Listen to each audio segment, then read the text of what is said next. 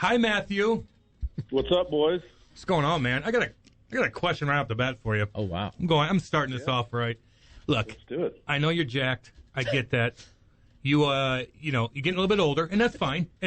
Wow. I'm just saying. So am I. I got to race this our board op today. He's probably going to blow my doors off. But what I was going to ask you is, do you take supplements? Do you do any pre-workout mix? Are you on the protein? Like, what do you got going? Just keep that physique. I drink coffee in the morning. That's my pre-workout drink, has been forever. I take some like basic supplements, like some multivitamin, vitamin D, some fish oil, just kind of your basic, just kind of what you should take forever. And then,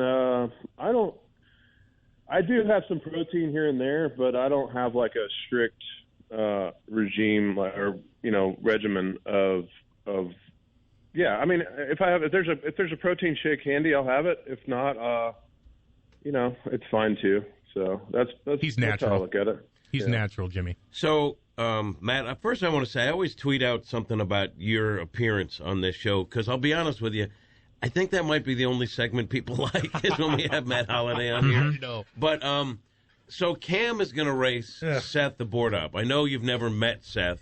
I don't know if you see the pictures that I've tweeted out of Seth. But Cam is a former professional athlete who keeps himself in really good shape, right? That's a falsehood right there. Really good shape? Come on, Jimmy. First off, when I come in the morning, you're doing push-ups. That doesn't mean I'm going to race well. Now you're setting up like a wall of excuses. Do you still work out? Do you still watch what you eat for the most part? Yes.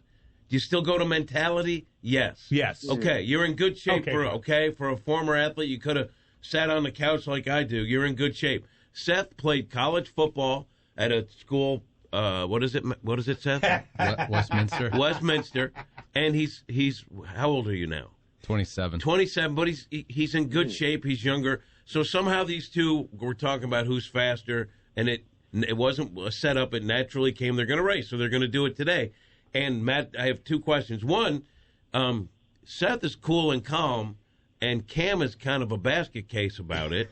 Who do you think is going to win? And do you have any advice as a guy like Cam who's been a professional athlete who's competed at the highest level and on the biggest stage? Who's going to win, and what advice can you give Cam to settle him down? Mm-hmm. Long question. Well, I don't know Seth. I don't know his physique. What position did he play in football? I was a cornerback. Yeah, that's a problem. Corner. Okay, and he's 27. Cam, how old are you now? 37. 37. Yeah. Still your prime. I definitely take Cam if this is on skates. This is a straight run? Straight race. Yeah, 40-yard dash. Cam used to be fast. He was known as a guy. I'm just taking in all the information, okay? I know that Cam is a great athlete. I have a tremendous respect for that. This is really hard for me. I'd love to just kind of maybe give him a once-over. If I was there, I think I'd have a good chance of I would check the calves. I would look at some things a little bit closer. You know what? I'll take Cam. I know Cam a little bit, so I'll take Cam, but that's by no means, I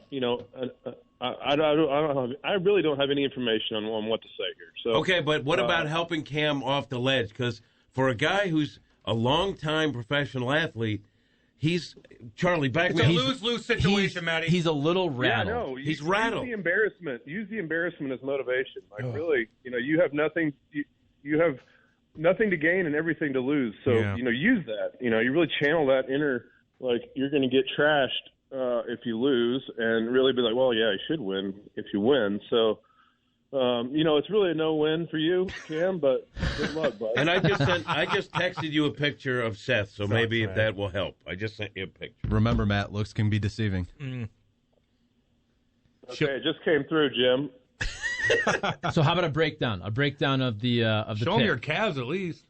Yeah, you didn't send me anything about his legs. That doesn't. I mean, it was a lot of work. Body, I'll take Cam. I mean, I don't know. He's wearing a turquoise shirt.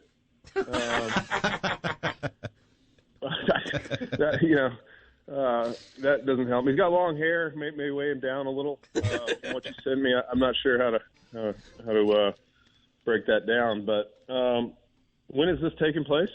After the In show. about 25 minutes. Cam's trying to get out of it. Yeah, I'm trying to get out of it. But Cam, is that why you're doing push-ups this morning? Is that what Jim was saying? I'm doing push-ups so I could look jacked. Right. But I didn't do squats or anything, which I probably should have done. Calf raises. Yeah. Okay. All right. Well, is this going live? Is this somewhere I can watch this, or is this just like a? We'll send it to you out later. Well, hold on. We'll send it to you. I'm not doing a live. We can't do. What if I pull a hammy and it's live? I don't know if I want that. We're definitely doing YouTube. I'll have a nice YouTube video. It'll take me a couple minutes to. Can you tweet it out? Because I don't think Holliday's going to sign up for your. Not that he doesn't have to sign up. All right. You'll tweet it out though. Find it on you. Just text it to me, Jim. All right. Simplify. I will text it to you. Simplify the process. And last night I know, but would you gain any, knowing you're a good man and you care for people, but if someone tweaked something and maybe fell and scraped up a little bit, would you find that a little amusing? I want you to be honest. If one of them fell? Yes. Oh, yeah. That'd be great. Man. Everybody likes a good fall. Yeah. 100%. Everybody's okay. Yeah. Okay. Thanks, Matty. So, Matt, I know I've gotten in trouble in the past for looking up stats, but because we were talking about speed and this race, we've been talking a lot about just running the last week or so as we've talked about this race. I was looking at your stats, and is it fair to say that people, I'm asking this in a positive way, is it fair to say that maybe you were faster than people gave you credit for? Because I have to say, it surprised me that in 2008, you stole 28 bags in one season. And yeah, how many times did I get thrown out that year? Only twice. Yep, that's right. That's dang good. So I mean, were you pretty fast? I mean, I fancied myself a pretty dang good athlete. I mean, I had a lot of football offers. I think people underestimated my speed and athletic ability because I was big. I mean, yeah, I would say that. I mean, look at the other years. I mean, I stopped running the older I got because the risk reward as you get older for injury is not quite worth it. So yeah, I mean, for a 42-year-old that I'd put myself up there with a lot of other 42-year-olds at this point as well. So What'd you weigh, though? What'd you weigh when you played? Well, anywhere from, I had some years where I was in the 240s to a couple years in the 250s, somewhere in there. That's big. It's a big, fast guy. Paul Goldschmidt stole bases, early in his career, too. So big guys, I mean, they can be overlooked in terms of being all-around athletes, but what you said, I think, makes a lot of sense for any professional athlete.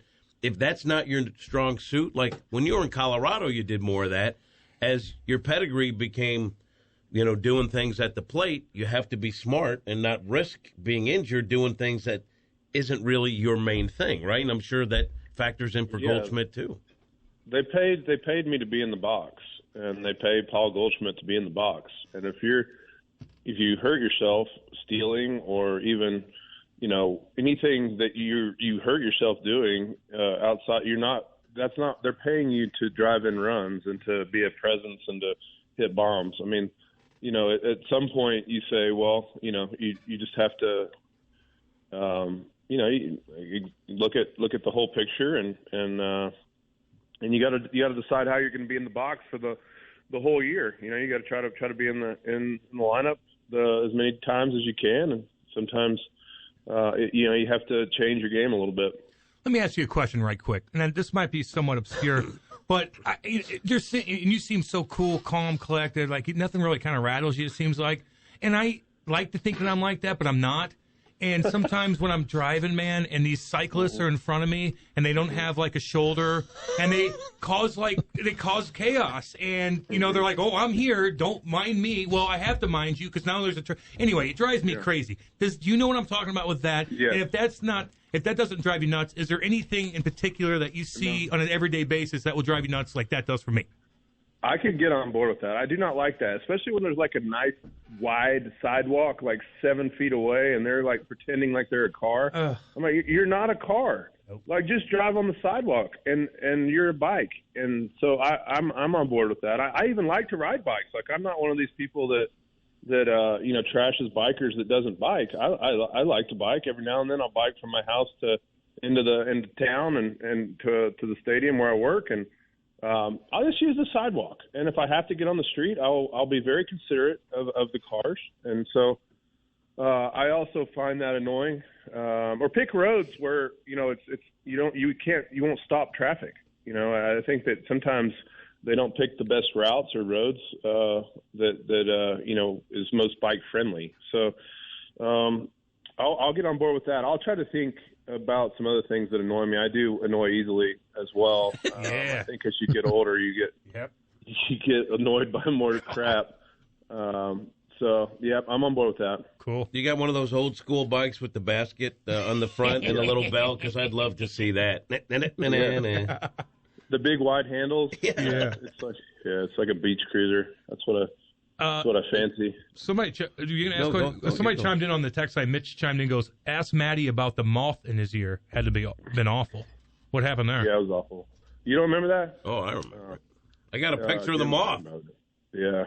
Would just fly in your ear? Well, I mean, you're just kind of doing your thing, minding your own business in left field on a beautiful, hotter than can be summer night in St. Louis, Missouri, and you're minding your own business, and a moth, and I mean, it happened really fast. It's not like it landed on my face and crawled in my ear. It was just like literally, and it's in my ear, and I'm thinking, well.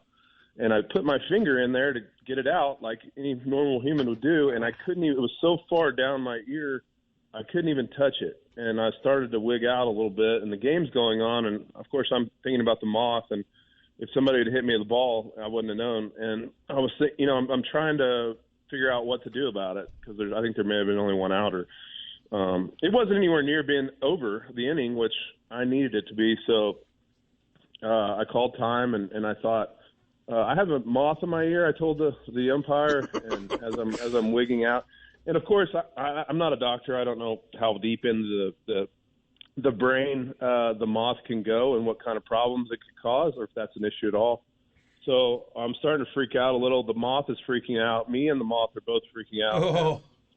So I called called the trainer. Barry Weinberg comes out, and he's like, oh, what's going on? I'm well, I have a moth in my ear. And he's like, well, let's go inside. And so they took me out of the game, and we went into the clubhouse, and we went to the little doctor's room off the training room. And he tried a few things to get it out. I think he tried to rinse it out. He tried to tweezer it out, which really pissed it off. And the moth was going crazy as he's plucking little bits of its wing off.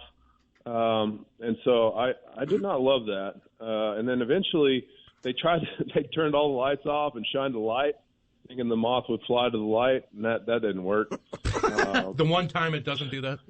Yeah, so we eventually he grabbed a hold of it with some tweezers and pulled that thing out.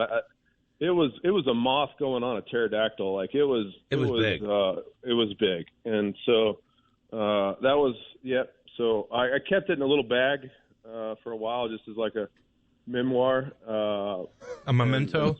Yeah, so that's what happened. It wasn't great. It was, it's embarrassing. It's not. It was terrifying. Honestly, I thought I was gonna have to have brain surgery. What about, did it lay eggs in your ear like the movie Alien? No, there was nothing that ever came of that. I was concerned.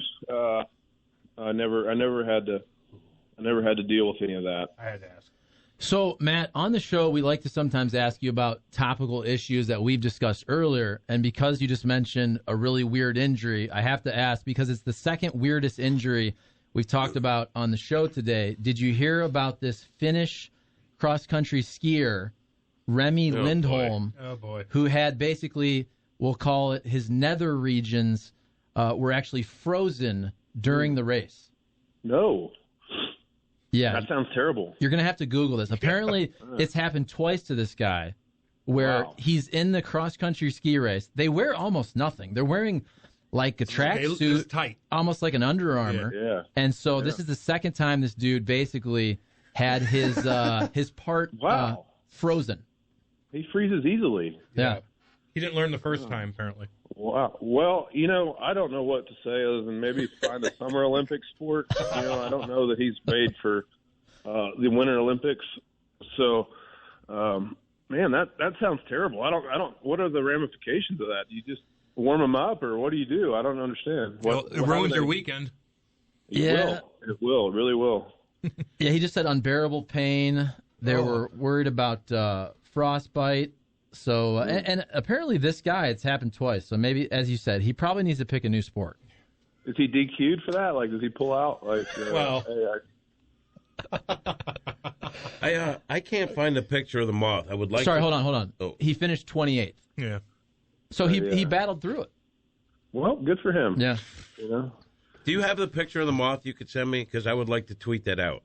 I don't know if I still have it. I thought I saved it because that was like a piece That was years ago. It was years ago. And I'll be honest with you, like, I was thinking about it, like, away from that one. you don't know if that thing's going to bore in and get into your brain or what, like that. What I mean. It would freak me out, too. But I do think a lot of people are maybe not following the Moth situation, but they are following intramural basketball. Yeah. And I would, like the last game, you guys forfeited. Did you have another game? And we'd like to know your stat line, please. Well, I had to go.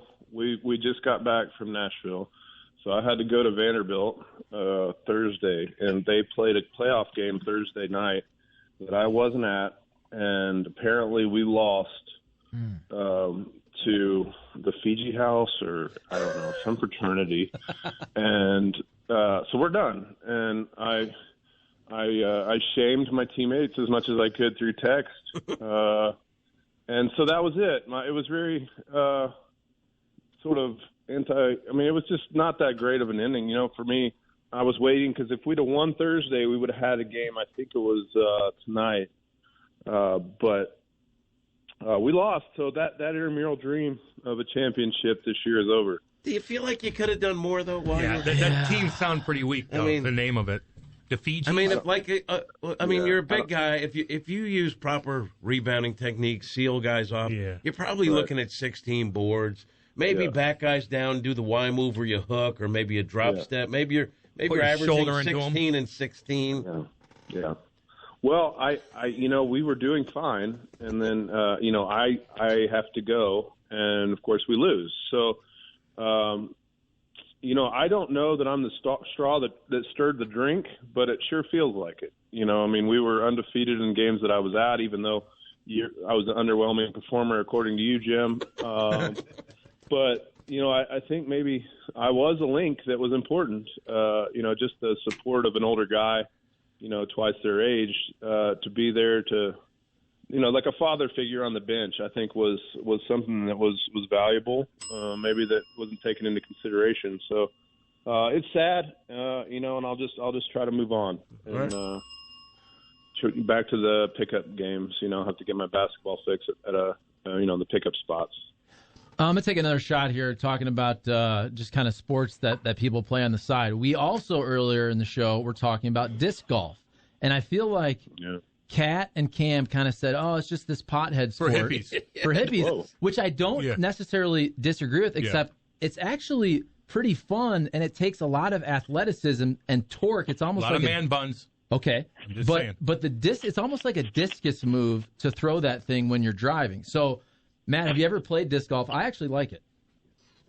I have played a little bit. Back in COVID, the boys, my two older boys, we went and bought, and we played it in the neighborhood. We would set up holes like this guy's mailbox, or we would play in the neighborhood where we would kind of treat it more like that. We didn't go to any courses.